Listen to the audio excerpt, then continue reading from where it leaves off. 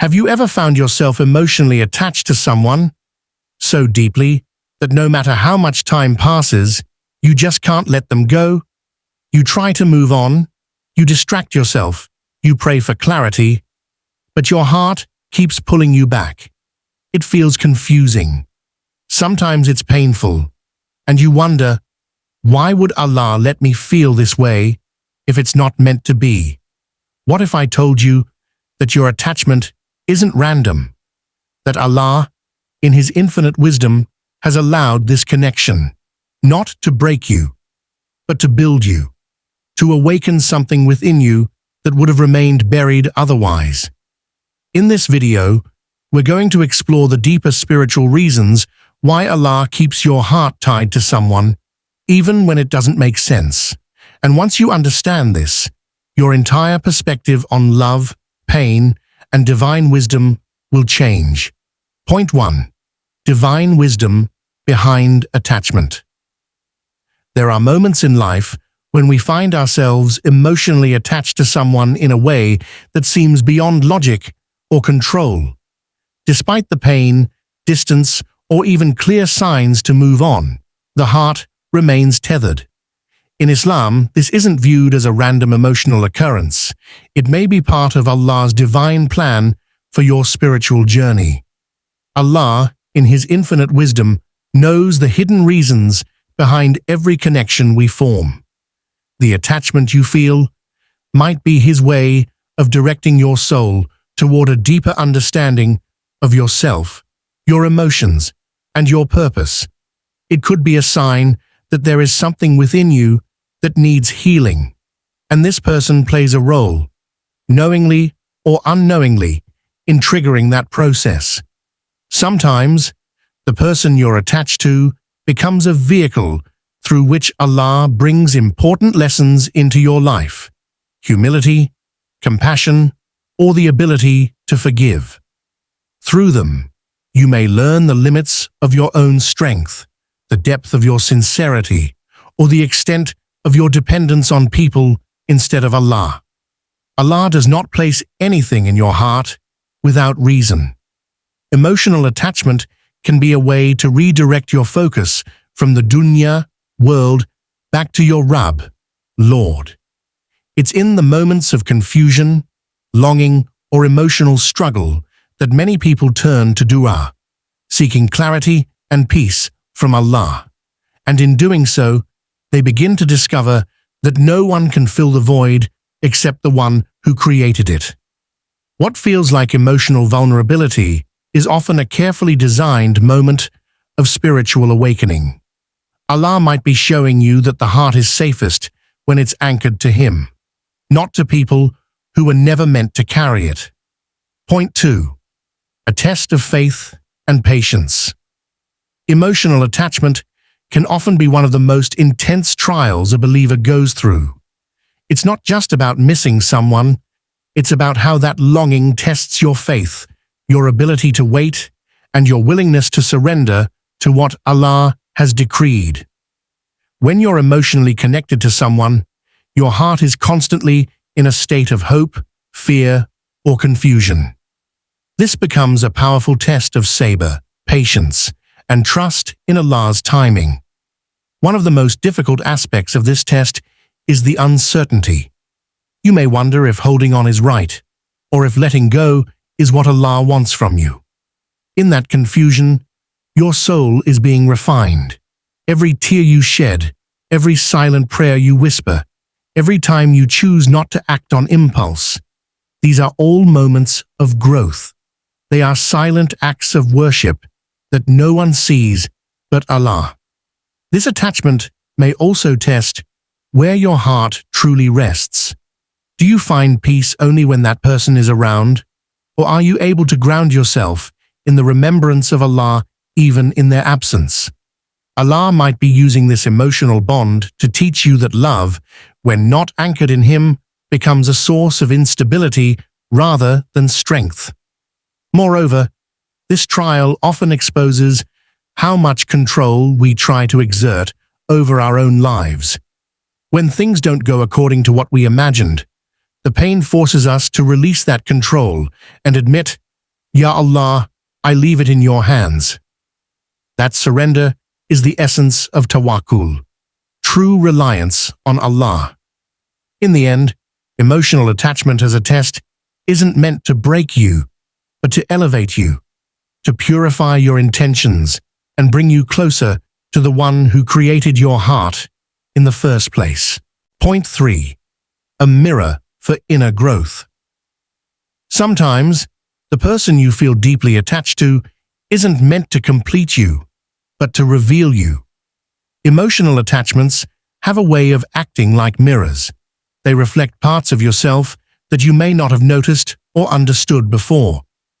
Through your interactions, reactions, and expectations, this person brings to light hidden emotions, unresolved pain, or deep-seated insecurities that need attention. For example, you may notice feelings of jealousy, fear of abandonment, or a constant need for reassurance. These reactions aren't necessarily caused by the other person. They're signals pointing inward.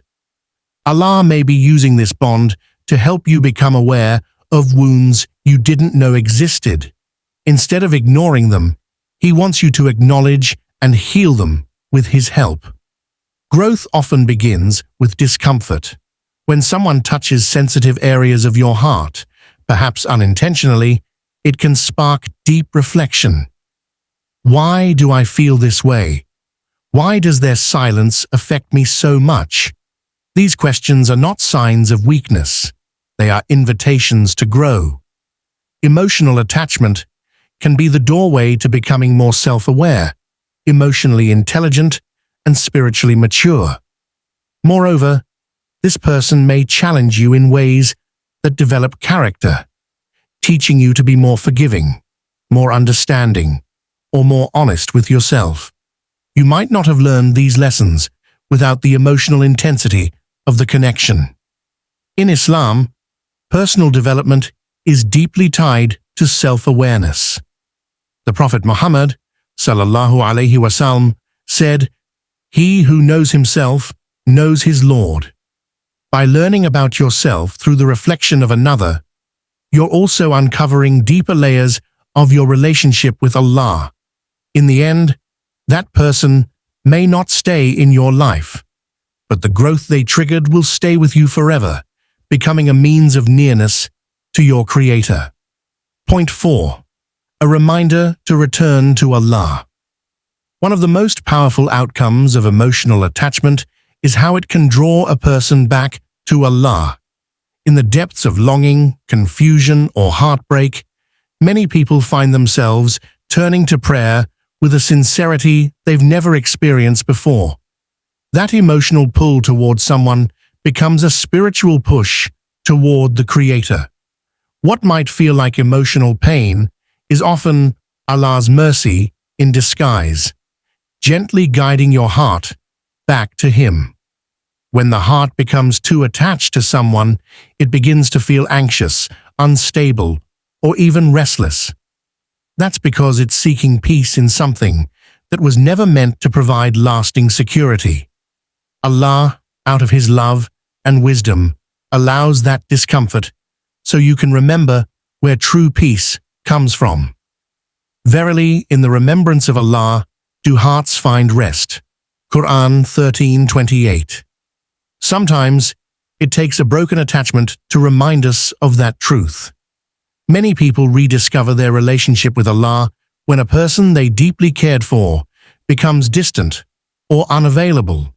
Suddenly the du'as become longer, the sajdas feel deeper, and the heart starts whispering His name more than anyone else's. That is not weakness. It's a spiritual awakening. Emotional attachment can be the catalyst that shifts your reliance from people to your Lord. It teaches you that no matter how much you love someone, only Allah is always near, always listening, always present. And in that realization, many find a love that surpasses all others, the love of Allah, which fills the soul in a way no human ever could. So, when you feel lost in your attachment, ask yourself, is Allah calling me back? Because often He is, through the very emotions you thought were pulling you away from him. Point 5. Not all attachments are meant to last. One of the hardest truths to accept is that not every emotional attachment is meant to be permanent. In life, Allah places people in our path for different reasons and different durations. Some stay for a lifetime, others for a season. But each has a purpose. Letting go doesn't always mean failure. It often means fulfillment of that purpose. When you're emotionally connected to someone, it's natural to hope for permanence. But sometimes, the relationship serves as a chapter, not the whole book. That person may have been written into your story to teach you something specific, to support you during a certain phase, or to guide you toward a new direction. Once that divine purpose is fulfilled, the attachment may begin to fade, or be taken away, not as a punishment, but as protection or redirection. Allah, in His perfect knowledge, removes what no longer benefits your journey, even if your heart doesn't understand it in the moment. What you perceive as loss might actually be a form of divine mercy, saving you from a path that would have led to spiritual stagnation, emotional harm, or misplaced dependency. Understanding this helps you hold people with love, but not with desperation. You begin to realize that while love is a gift, it must always be placed in the hands of the one who gave it. When Allah takes someone out of your life, it's not to empty your heart, it's to make room for something better, or to bring your heart back to Him. So, while your emotions are real and your pain is valid, trust the divine wisdom behind every ending. Not every attachment is meant to stay, but every one of them can leave you closer to who you're meant to become. Remember, every emotional attachment has a purpose in Allah's plan. Whether it's to teach, test, or transform you, it's never without wisdom. Trust that Allah is guiding your heart, even when it hurts. If this video brought you clarity, don't forget to like, share, and subscribe to Pure Deen for more soul-nourishing reminders. Let's end with a beautiful prayer. Ya Allah, if this attachment is good for my heart and my deen, keep it. If not, gently remove it and fill the space with your love. Comment this below to spread the khair.